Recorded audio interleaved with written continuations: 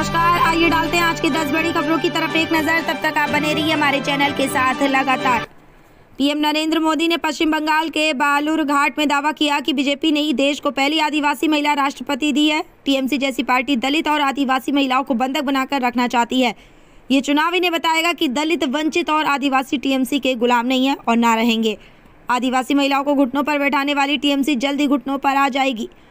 19 अप्रैल को अमरोहा लोकसभा क्षेत्र के गजरौला में चुनावी रैली करेंगे पीएम मोदी। साथ ही प्रधानमंत्री नरेंद्र मोदी ने देशवासियों को रामनवमी की बधाई देते हुए अपने एक्स हैंडल पर लिखा, देश भर के मेरे परिवारजनों को भगवान श्री राम के जन्मोत्सव रामनवमी की अनंत शुभकामनाएं। इस पावन अवसर पर मेरा मन भाव विभोर और कृतार्थ है। ये श्री राम की परम कृपा है कि इसी वर्ष अपने कोटि कोटि देशवासियों को साथ में अयोध्या में प्राण प्रतिष्ठा का साक्षी बना। रामनवमी का त्यौहार पूरे देश में संपूर्ण भक्तिभाव के साथ मनाया जा रहा है। भगवान राम की नगरी अयोध्या में तो अलग ही उल्लास है। 25 लाख लोगों के दर्शन की उम्मीद। साथ ही साथ रामनवमी पर इस बार कर्नाटक के बेंगलुरु में महानगर पालिका ने रामनवमी पर मीट बेचने पर प्रतिबंध किया।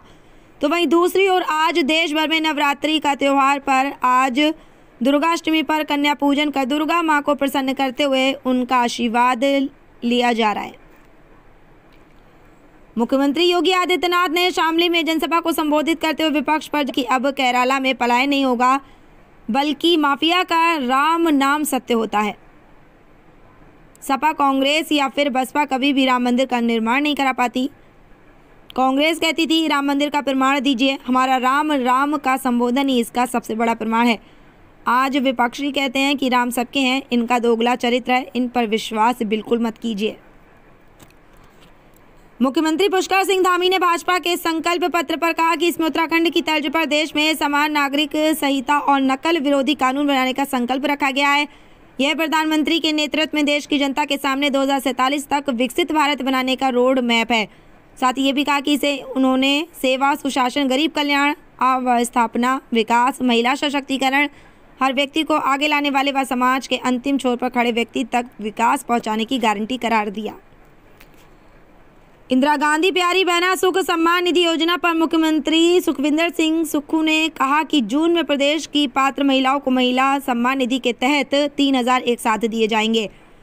साथ ही ये भी कहा कि प्रदेश की जनता बिकाऊ विधायकों को वोट की चोट से सबक सिखाएगी।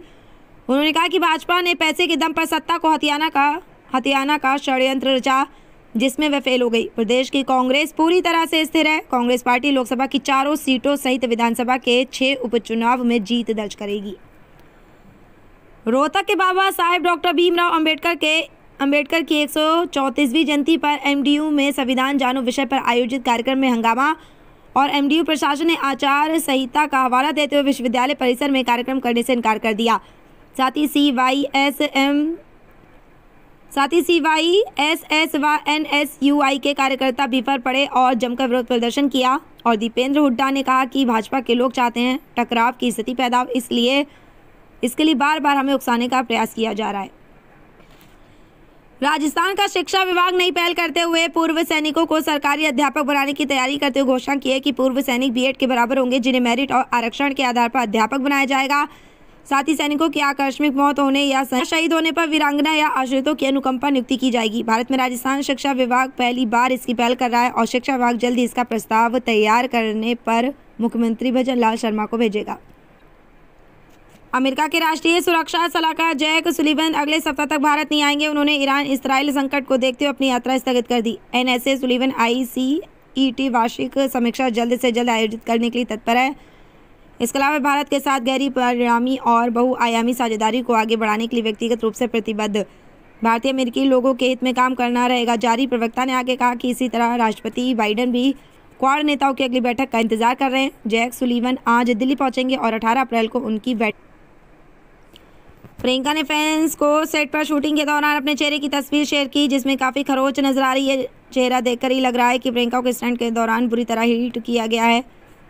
22 अप्रैल को डिज्नी पर टाइगर रिलीज हो रही है। इस मूवी में प्रियंका ने वॉइस ओवर किया है।